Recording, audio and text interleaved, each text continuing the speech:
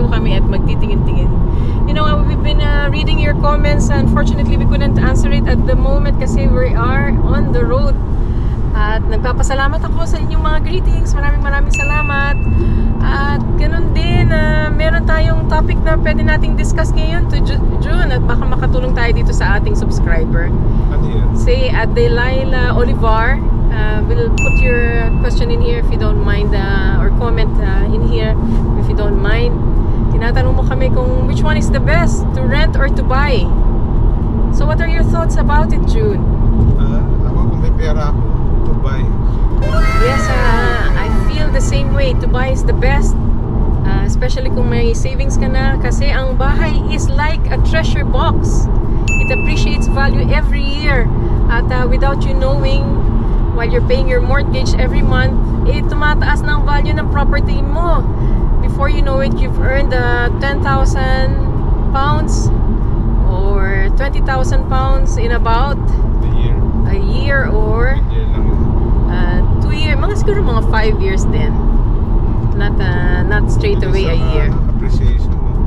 Tsaka depende sa market value at this present time. Yun. Lalo sa UK, no? Ang bahay it's very it's a good investment. Actually, kami hindi nagpaplano bumili ng bahay noon. I was thinking ang greater plan namin during that time was to go back home. In about 10 years, we weren't planning to settle here kasi malamig at we thought that we want to be close to our families. Kaya lang, it just continued, no? Hindi na tayo halos nakapag-isip na magre-retire at babalik sa Pilipinas. Adapt ka na doon sa culture dito. At ganun din yung kasi yung mga bata, they've adapted to the culture at parang feeling ko mahirapan silang makapag-adapt ulit sa Pilipinas. But it was my father who was surveyor or appraiser dyan sa bangko, sa Traders Bank noon, who encouraged us to buy a property. Sabi niya, however hard it is, try to save up and buy a property. Actually, wala kami masyadong savings at that time kasi we were renting and the rent cost was so high in Cambridge. That's where we started. Mahal ng bahay doon, no? Mahal ng bahay doon. In fact, we were just sharing with other people. It was costing us almost 400 pounds every month plus yung bills pa namin. At ano ba, June? How was it? How was our journey in buying our first property? Memorable. Difficult but memorable, and it's very memorable yung aming bahay kasi this where our children had their birthdays. We had a party there. In fact, nung first kami nag-move in dun sa property na yon, we did not really had anything. Damit lang namin. In fact, yung truck driver, yung movers, removals was really thinking about us. Parang gusto pang kami bigyan ng cabinet at kama kasi wala kaming kama. For a long time, we just use an airbed. Even si Miguel, it's like tipi lang ginawa namin. Nalagyan namin counting tent, yung kanyang airbed. At yun, nasa sahig yung ibang natin, nasa isang container lang yung aming mga damit. Pero yun yung steps na ginawa namin para makasave up ulit kami kasi marami kaming binayaran when we first bought our property. And naloko kami dun sa mga insurances, no? Yun yung sasabihin natin sa mga kailangan mong gawin pag bumili ng property sa UK.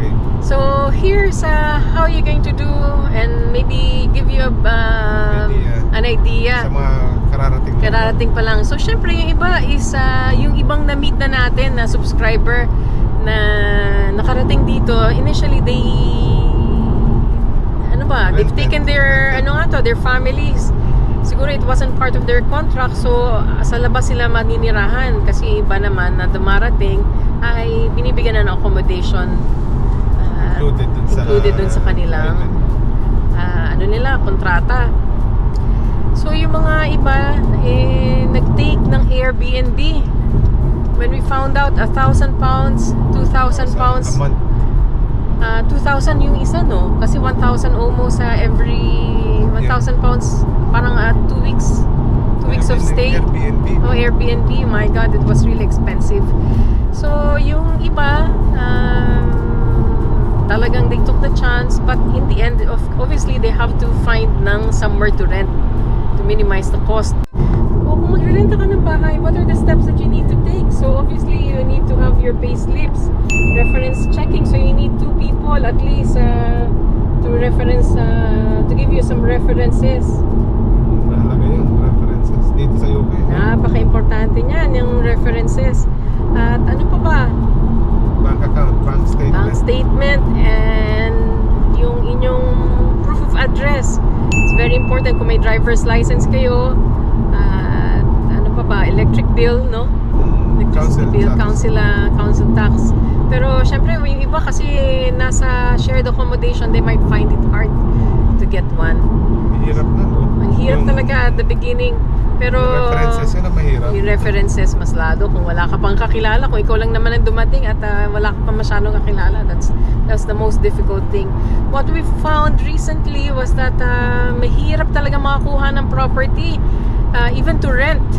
So ano ba, yung pupunta ka na sa estate agent, so may pera ka na and everything, punta ka na sa estate agent. At the moment, waiting list, no? Bibigyan ka nila ng list ng property for you to check and to view, at bibigyan ka ng araw na kung gusto mo, kailan mo gusto i-view, pero still you'll be on the waiting list. At funny enough, the prices has really shoot up. Wala ka nang makikita ng 500 pounds. Initially 500, no? 3 to 500. Wala nang ganon, June. It's costing about 900 to 1,000 pounds every month ang renta. Mahal. Plus yung bills mo pa, council tax. Gas, electric. So may category ang mga bahay dito on how the government is going to tax you. Terrace house would be what category? May ban. May mga band yun. Anyway, you can look at it in gov.uk. Ano pa ba? Semi-detached, detached. Terrace house, terrace, flat. bungalow. May mga ban May yan. mga band yan kung magkano ang kailangan mong bayaran. Yeah, every month. At ganun din, kailangan ka mag-deposito. Mga 3 months yata. Yung isa, In advance. yung isa na laman ko, 6 months to 1 year ang hinihinging deposit. Isipin mo, nagsisimula ka pa lang dito sa kakukuha nun. Kaya somehow, you really need to share maybe sa ibang kasamahan mo, makahanap ka ng ibang Pilipino Share, mga no? kasama. Pero bawal yun, di ba? Hindi, kung shared, kung ano kayo, kung kunwari, yung contract. contract nyo, 3 kayo, that is fine. For as long as you have told them na ito ang balak nyo, agreement nyo. Now, for those who's wanting to buy a property, this is the biggest investment of all. So, you need about 5% deposit of... Tapos long tayo mag-unin, 5%. Hindi, 5 to 10% is still for first-time buyers. Okay, hindi second property. Hindi, first-time buyers ito Sinit. First-time buyers, 5 to 10%. Obviously, the more that you put in is better kasi mas maganda ang mortgage rate. Yung government ba, may support? I forgot now if they still supporting. I think for first-time buyer, there's a little bit of support from the government. Now, ano pa ba ang steps na gagawin nyo? So same thing, gather all your pay slips, yung mga proof of address nyo, yung napaka-importante niyan, yung mga papel nyo. Keep it with you, yung water bill, yung electricity bill, TV license, basta may proof of address, napaka-importante niyan. Saka mahalaga rin pala na yung katulad kay Miguel, na yung single, may discount sa council tax, no? May discount sa council tax. Single ka. That is something to take into consideration. So nakahanap ka na, pumunta ka na ngayon sa bangko. Even online, you can now apply for a mortgage in principle. So this one is just to give you an idea, magkano kaya ang pwedeng mapa-loan sa akin ng bangko, mapahiram sa akin ng bangko, depending on your salary.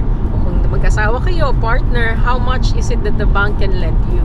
And you can start going in the estate agent and they're going to give you an advice at minsan gusto nila kunin mo sa kanila yung mortgage which will be a little bit more costly. Mas maganda talaga diretso sa bangko. Mataas ang interest na. At ganun talaga, kukulitin ka nila. So magkano yung interest? Ang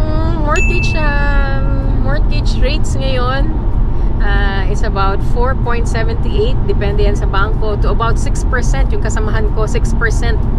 Grabe. Oo, ang laki. Laki sobra. Kasi at the moment, we're just paying 1% 1% na. 1% lang ang binabayaran namin sa mortgage namin. We got it long time back, long time ago. When we renewed our mortgage. Kaya Fix we yun. got a good rate. Yeah. Kaya ano pa bang steps to take? So once you've finally had a look with while you're looking for some property, it's well worth to have the mortgage agreement. Kasi iba, ayaw kanilang i-accommodate kung wala ka talagang mortgage agreement. Nangyari sa atin yan. Yan, we lost some of the properties that we really wanted to buy kasi wala kaming mortgage agreement. Yun ang para magsisil ng deal sa inyo na ito talaga ang total amount na the bank can lend you. Forget about yung mortgage in principle. Ano lang yun, parang teaser lang yun. Ito lang ang pwede namin mapahiram sa inyo. So once you've had a look at the property, you've decided that you want it, you will now start to look for a solicitor. At saka yung bangko mismo will help. Sometimes the bank has got some, or yung estate agent has got some list of solicitors that they've teamed up with at doon ka lalapit. Ang solicitor sa Philippines is lawyers. Kailangan mo ng lawyer. Oo. Sila yung property. Sila na yung ayos ng paperworks ng yung surveyor, yung transfer, no? At that can cost you with us it was 2,500 pounds. So aside pa sa 5% na deposit nyo, mag-save pa kayo ng kaunti kasi marami pa kayong babayaran. At yung surveyor is another thing. Ano yan? Hit and miss, no? Hit and miss. Minsan kung wala ka ng bayad at you feel sound when you've seen the property, yung iba nag-opt lang sa first time buyer survey. So parang ocular, very very basic ocular inspection lang visual, yon, no? Visual lang. Pero if you opt for the building structural, yun ang pinaka-best kasi sometimes there are properties na napakaganda sa labas pero may damage pala ang kanyang structures. Hindi lang yun. Yung mining, no? Sorry. Mining. That is true, Jun, yung sinabi mo. At yung iba, I've seen it online. I've seen it on BBC before. My God. So she bought the property at this price. No? At later nalaman niya, yung ilalim pala ng bahay niya was a previous mining site. So hollow nung nilagyan ng camera sa baba. My God, it was hollow. At yung iba naman, tambakan pala ng basura. Ano mangyari doon eh?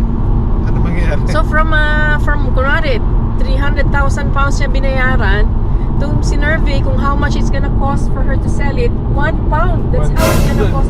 Ay, grabe, hinimatay yung babae. Make sure yung survey. Kaya huwag kayong mag-skip sa survey. Huwag kayong opt for a first time buyer lang kasi wala na kayong pera. No, go for the structural.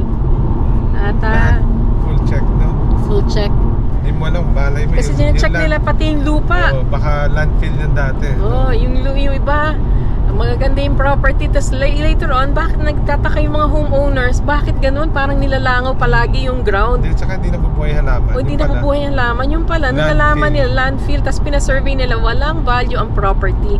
So please, don't be tricked that just because it looks so nice and new from outside. Not all new properties are the best. In fact, kami ni June, we fell in love with rundown properties kasi we challenge ourselves even if we're not used to doing any DIY. Natuto kami kasi we love having yung mga old rundown property. Itong bahay namin when we first bought it, talagang totally rundown. In fact, I was looking at June, I said to him, kaya pa ba natin ulit gawin ito? This is our second property, itong bahay namin ngayon. At we explored more in doing more in this property. At we've teamed up with a builder no June. Yung friend natin. May kaibigan kaming English. We've known him for a long time and he's the only one doing our property if there's anything. We can even leave the house keys to him. Walang nangyayari. Factor din yun, no? You have to find a reliable Na builder. Wala kaming problema. I trust him. We trust him so much. In fact, talagang he's really been good to us throughout the years for anything. And we've referred him to some of our friends at colleagues sa trabaho. At ganoon din na nagre-refer siya ng mga galing na builder sa amin. Kung kailangan namin ng something na hindi niya kaya. So, let's get back to what you need. So, meron na kayong surveyor. Not necessarily makaka-move in kayo kaagad. Kasi minsan na yung property na binibili nyo, kailangan pang ibenta rin. So, yun ang tinatawag nilang chain. So, until mabenta yung bahay ng property na nagustuhan nyo, dun lang kayo makaka-move in. Pero kung hindi change siya, mabilis yun. Mabilis na. So, I wish you all the best with whoever's planning to rent or buy a property. But in the long run, really buying a property would be your biggest investment, but it's the best of all investment. Tsaka pag nabili mo yung property, gusto mo ibenta, will only take weeks, no? O days lang. At the moment, everyone's snapping up the property kasi may shortage ng properties talaga dito. Kaya you put a for sale sign with us, it only took a day. Our property was sold straight away. Ganon kabilis ngayon. Pero sa yung vlog na to is based sa experience na. Based from our experience, I don't know how about the others, yeah. Baka may mga backlash na naman tayo. May mga side comments, but that's how it is. You get to have mga opinions from others, which helps us grow as a channel. At yung iba naman talagang hindi namin mapasaya. They still want to live ng mga negative. That's how it is. That's how life is. You cannot always have the good side of things. You cannot please everyone. But yes, we're still reading your comments and we take things into consideration. At don't feel bad if you want to leave us a comment that wants to straighten our opinion. We take that into consideration. So all the best and happy shopping to us. Yeah. Maybe we can show you what's going on here in Black Friday dito sa Cheshire Oaks. Mga lang. Kung ano mabibili, kung talagang bang nagbagsakan ng presyo dito sa Black Friday. Okay. Alright. Bye. Bye.